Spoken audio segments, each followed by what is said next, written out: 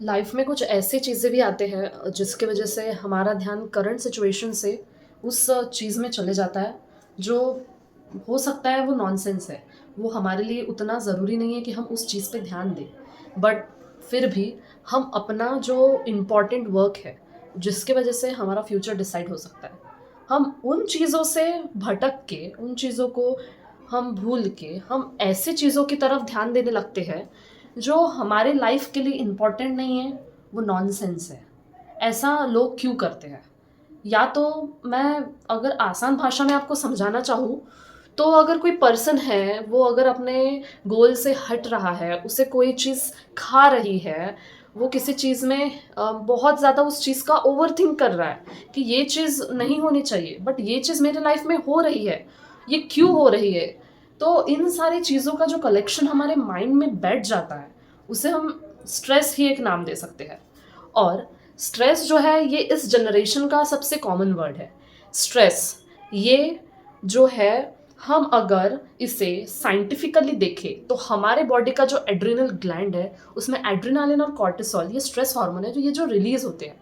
अब ये मैं आपको साइंटिफिकली मैंने आपको बता दिया, बट अगर एक्चुअल में हम देखें कि ये जो स्ट्रेस हमें आता है ये हमारा एक्सटर्नल एक रिस्पॉन्स होता है।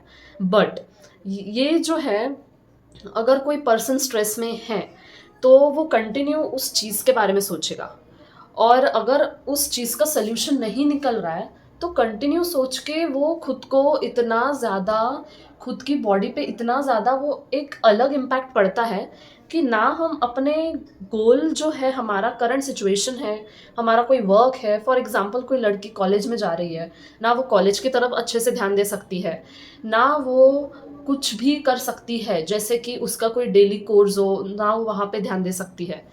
तो ये स्ट्रेस ये एक सिंपल वर्ड है, बट ये जो है इंटरनली इंसान को बहुत ही ज़्यादा डैमेज कर देता है। हम ये बोलते हैं कि ये सिर्फ हमारे माइंड को इम्पैक्ट करता है या ये सिर्फ ब्रेन का लोचा है, बट नहीं। स्ट्रेस जो है ये हमें mentally, physically, emotionally and socially cut down कर देता है। तो आजकल के जो जनरेशन है, या तो हम देखें कि आजकल की जो लाइफस्टाइल है जिसमें बूढ़ों से लेके जो भी छोटे बच्चों को भी स्ट्रेस आता है, उनको उनके लेवल का स्ट्रेस आता है, ठीक है। या तो यूथ, सबसे बड़ी बात यूथ, यूथ में स्ट्रेस आने का सबसे बड़ा रीजन होता है, एक तो कंपटीशन होता है, या तो सबसे बड़ा रीजन है सोशल मीडिया। तो सोशल मीडिया में हम जैसे लोगों से बात करते हैं, तो अगर मैं अपना एक आपको एग्जांपल दूं, या तो मेरे हिसाब से अगर एक कंपटीशन की बात है तो अब सारे जो हमारे सारे जो करियर है या सारे फील्ड में कंपटीशन बहुत ज़्यादा बढ़ गया है, तो हमें उस चीज़ का स्ट्रेस आता है कि ये कैसे होगा। बट हमें अगर कंपटीशन है कोई भी चीज़ का, हमें उसमें आगे बढ़ना है, तो हमें उस चीज़ को पॉजिटिवली लेना पड़ेगा। उस चीज़ को नेगेटिवली लेंगे तो नेगेटिवली इम्पैक्ट हमारे बॉडी पे पड़ेगा। अगर वैसे ही अगर मैं फॉर एग्जाम्पल कोई लड़की है, ठीक है, उसे किसी चीज़ का बहुत ज़्यादा स्ट्रेस आ रहा है, ना वो घर पे बताएगी, ना वो अपने फ्रेंड्स को बता सकती है। तो कुछ चीज़ें ऐसे भी होती है कि जो उसे मन में खा रही है, बहुत ज़्यादा खा रही है, वो नहीं बता सकती। तो ऐसे स्टेज में क्या होता है, स्ट्रेस जब लॉन्ग टर्म में ये स्ट्रेस बढ़ता है, तो इस टाइम पे पैनिक अटैक, एंग्जाइटी, ऐसे चीज़ें वो एक्सपीरियंस करेगी। अब एंग्जाइटी में जैसे हम कुछ नहीं सोच पाते, हम घबरा जाते हैं, हमारे हार्ट बीट्स बहुत ज़्यादा बढ़ जाती है, और ब्रीदिंग में बहुत प्रॉब्लम होती है, हमारे हाथ शेक करते हैं, बॉडी शिवर करती है, मसल कॉन्ट्रैक्ट करने लगते हैं। तो ऐसी चीज़ों से बहुत एक्सपीरियंस करती है वो लड़की, ठीक है। तो ये एक मैंने एंग्जाइटी का आपको एग्जांपल दिया। जैसे पैनिक अटैक, पैनिक अटैक दो टाइप के हो सकते हैं। एक तो सडनली होते हैं, उसका रीज़न हमें नहीं पता होता, और एक होता है कि किसी प्रॉब्लम में हम इतना झूझ रहे हैं कि हमें नहीं पता रहता कि एग्जैक्टली हो क्या रहा है, और हमें उस चीज़ का सल्यूशन ही नहीं मिल रहा है। तो ऐसी स्टेट में जो वो पर्सन है वो इतना मन में घुटन भर के रखता है कि जिसके वजह से हम बोल सकते हैं कि एंग्जाइटी और पैनिक अटैक में कुछ ही डिफरेंस है। बट जो पैनिक अटैक है वो सडनली होता है, वो इतना सडनली होता है कि हमें नहीं पता रहता, और हमें खुद को समझता तक नहीं है कि हम क्या करें।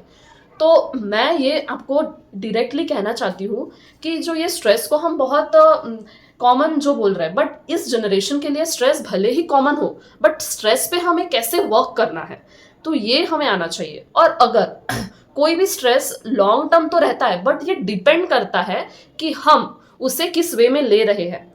अगर वो चीज़ उतनी इंपॉर्टेंट नहीं है, उसका सोल्यूशन निकल रहा है, तो इस चीज़ का हमें स्ट्रेस नहीं लेना चाहिए। जिस चीज़ की वजह से हमारा जो फोकस है, हमारा गोल जो है, वहाँ से हमारा ध्यान भटक रहा है और उसके वजह से हमें स्ट्रेस आ रहा है, तो प्लीज़ ऐसे सिचुएशन में आप ना ही पड़े।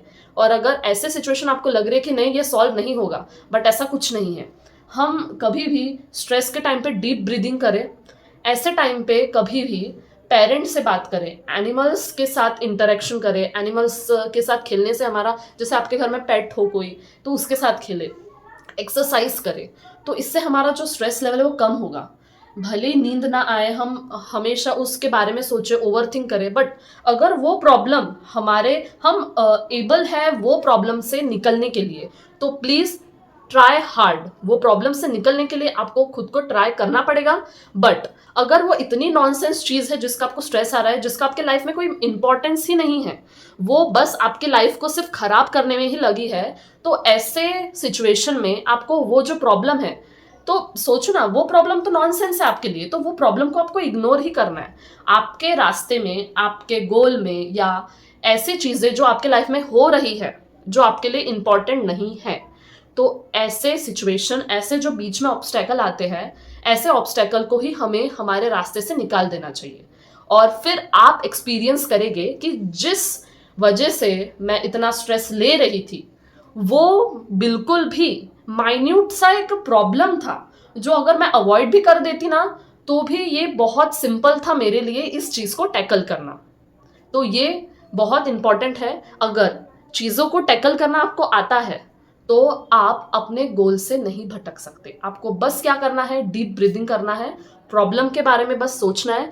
अगर वो इंपॉर्टेंट है तो फोकस करो और इसे जल्दी से, हमें इसका सोल्यूशन निकाल के यहाँ से निकल जाना है। बट ये अगर नॉनसेंस है, इसका कोई काम ही नहीं है आपके लाइफ में, तो ऐसे सिचुएशन को आपको इग्नोर करना चाहिए। Thank you.